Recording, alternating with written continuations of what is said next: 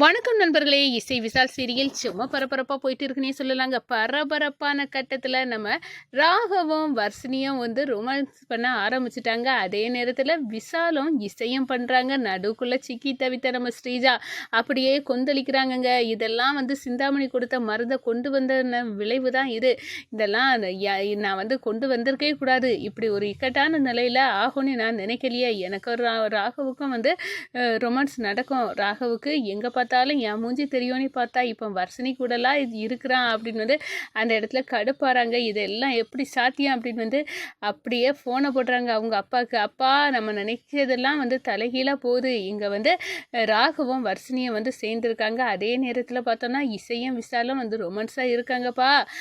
இப்போ என்னம்மா பண்ண முடியும் அப்படின்னு நம்ம கேட்க நேரம் நம்ம ஸ்ரீஜா சொல்கிறாங்க, இது எல்லாத்துக்கும் காரணம் அந்த சிந்தாமணி தான். அவள் தான் ஒரு மருந்தை கொடுத்து இப்படி நீ கலக்கி கொடு ராகவுக்கு.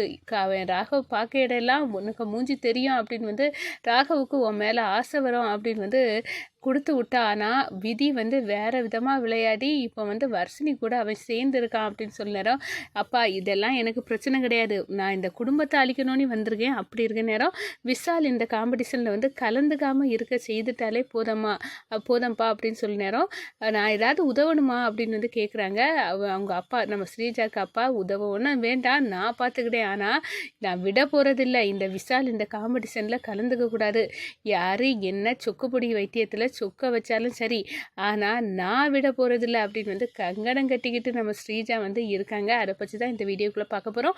அதுக்கு முன்னாடி சேனலுக்கு லைக் அண்ட் சப்ஸ்கிரைப் பண்ணுங்கள் ஃப்ரெண்ட்ஸ். பக்கத்தில் இருக்க பெல் ஐக்கானையும் கிளிக் பண்ணுங்கள். அப்போ தான் நான் போடுற ஒவ்வொரு வீடியோவும் நோட்டிஃபிகேஷனாக உங்களுக்கு கிடைக்கும். வாங்க ஃப்ரெண்ட்ஸ், வீடியோக்குள்ளே போகலாம். ஃபஸ்ட்டு எடுத்த உடனே பார்த்தோன்னா ஒரு செம்ம அதிரடியான பரபரப்பு கட்டம் தான். பரபரப்பான கட்டத்தில் தாங்க பார்த்தோன்னா நம்ம சிந்தாமணி கொடுத்த மருந்து வேலையை காட்டிச்சுன்னு சொல்லலாம். நம்ம விசால் இசை அப்படின்னு அந்த இடத்துல இசையின் அழகில் மயங்குறாங்கன்னு சொல்லலாம்.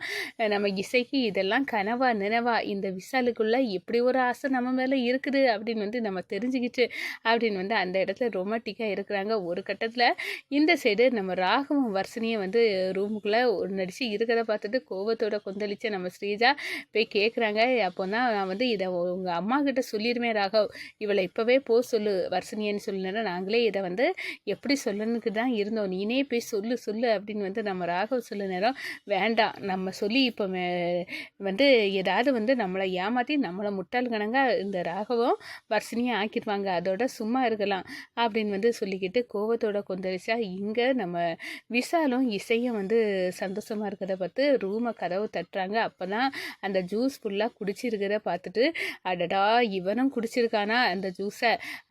இப்போ இவங்களுக்குள்ள ரொமாட்டிக் ஸ்டார்ட் ஆயிருமே. இப்போ நம்ம தானே இடையில சிக்கி தவிக்கிறோம் அப்படின்னு அந்த இடத்துல நான் வில்லியாக ட்ரை பண்ணால் இப்போ காமெடி மேன் கடங்க நான் ஆயிட்டேன் அப்படின்னு ஸ்ரீஜாவுக்கு பயங்கர கடப்பு. கோவத்தின் உச்சியில் கொந்தளிச்சவங்க சிந்தாமணிக்கு கால் பண்ணி நீங்கள் கொடுத்த மருந்து நல்லா வேலை செய்து. என்ன சொல்கிற ஸ்ரீஜா? ஆமாம், எனக்கு இல்லை, ராகவுக்கும் வர்ஷினிக்கும். அந்த வர்ஷினி அங்கேயும் வந்துட்டாளா அப்படின்னு சிந்தாமணி கேட்க நேரம் ஆமாம், இங்கேயும் வந்தாச்சு. இப்போ என்ன பண்ணனு தெரியலை. அவங்க 2 பேரும் அந்த இதை குடிச்சிட்டாங்க. அதே நேரத்தில் இங்கே சைடு பார்த்தா விசாலும் இசைக்கிட்ட நெருக்கமாக தான் இருக்கான். எல்லாமே நீங்கள் கொடுத்த மருந்து 2 பேர்த்துக்குமே வேலை செய்ய ஆரம்பிச்சிட்டு. அப்போது நீ என்ன பண்ணுற அப்படின்னு கேட்க நேரம் நான் என்ன பண்ணுறேன், பல்ல கடிச்சிட்டு நிற்கிறேன்.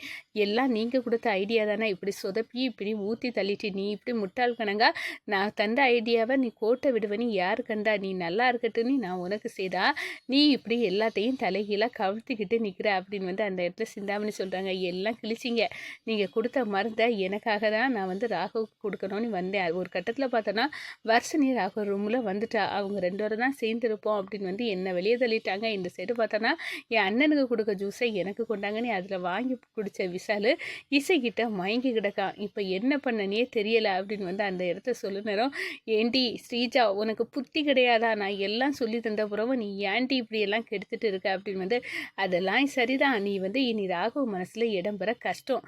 ஏன்னா அந்த மருந்து வர்ஷினிக்கு மேலே அவனுக்கு பித்து பிடிக்க வைக்கும். அதுக்குள்ளே மருந்து அப்படின்னு அந்த இடத்துல கொந்தளிக்கிறாங்க.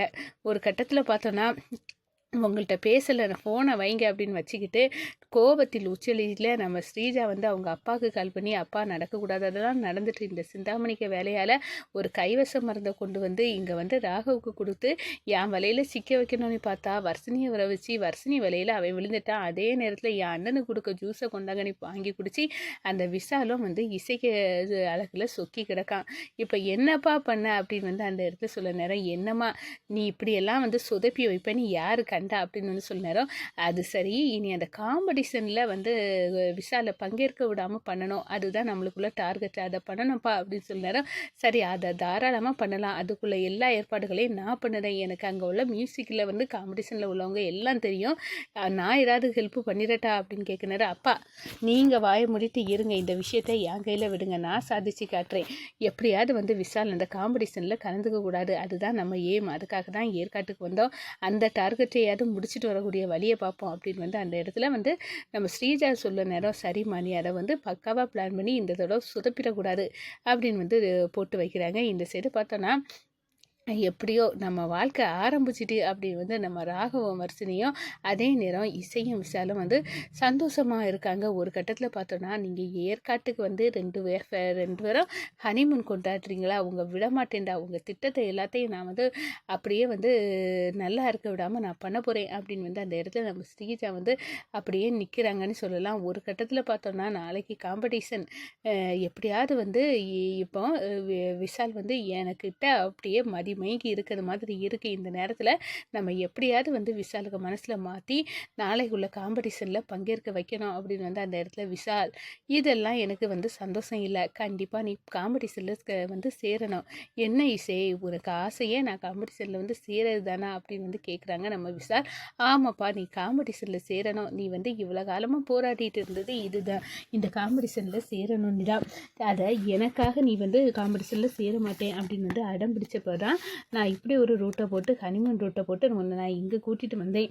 ஆனால் ஒரிஜினலாகவே நீ இந்த காம்படிஷனில் சேர்ந்து உன் குடும்பத்துக்கும் உனக்கும் வந்து இவ்வளோ காலம் நீ உழைச்சதுக்குள்ள பிறகு இதை வந்து செய்யணும், அதுக்கு தான் எங்களோட ஆசை அப்படின்னு வந்து சொல்ல நேரம், இசை உனக்கு நான் இது கூட செய்யாமல் இருப்பேன்னா என்ன, நீ வந்து என்னோட இசை, நான் உனக்கு வந்து நீ ஆசைப்பட்டதை வந்து செய்து கொடுப்பேன், அப்படின்னா நீ நான் அந்த காம்படிஷனில் வந்து வெற்றி பெறணும் அப்படின்னு வந்து நான் நினச்சி உனக்கு ப்ரைஸாக வாங்கி தரேன்னா கண்டிப்பாக செய்வேன் இசை அப்படின்னு வந்து அந்த இடத்த சொல்லுறாரு. இப்போ குடிபோதையில் அவன் சொல்லுறானா ஒரிஜினலாக சொல்கிறானா ஒன்றும் புரியலை, ஆனால் கண்டிப்பாக வந்து எப்படியாவது வந்து இந்த விசாலை வந்து காம்படிஷனில் கலக்க வைக்கணும், ஸ்ரீஜாவின் திட்டத்தை வந்து தவிடுபடியாக்கணும் அப்படின்னு வந்து நம்ம இசை வந்து பயங்கரமாக கங்கணம் கட்டுறாங்க. இந்த சைடு பார்த்தோன்னா, நம்ம விசால் இருந்தால் தானே காம்படிஷனில் கலந்துக்கிடுவான், இந்த விசாலை கடத்தணும், அதுக்கு ரவுடிகளை செட் பண்ணோம் அப்படின்னு வந்து அந்த இடத்துல வந்து ரவுடிகளை வந்து செட் பண்ணுறாங்க நம்ம ஸ்ரீஜா. ஒரு கட்டத்தில் இந்த பாருடா, நீ ஏற்காட்டிலே தொலைஞ்சு போக வைக்கிறேன், உன்னை காணாமல் உன் அருமை மனைவி இசை வந்து தவிக்கணும், நீ இந்த காம்படிஷனில் வந்து கலந்துக்க கூடாதுடா, இதுதான் என் ஸ்கெட்சி அப்படின்னு வந்து அந்த இடத்துல போட்டு வைக்கிறாங்கங்க. நம்ம வணக்கம்.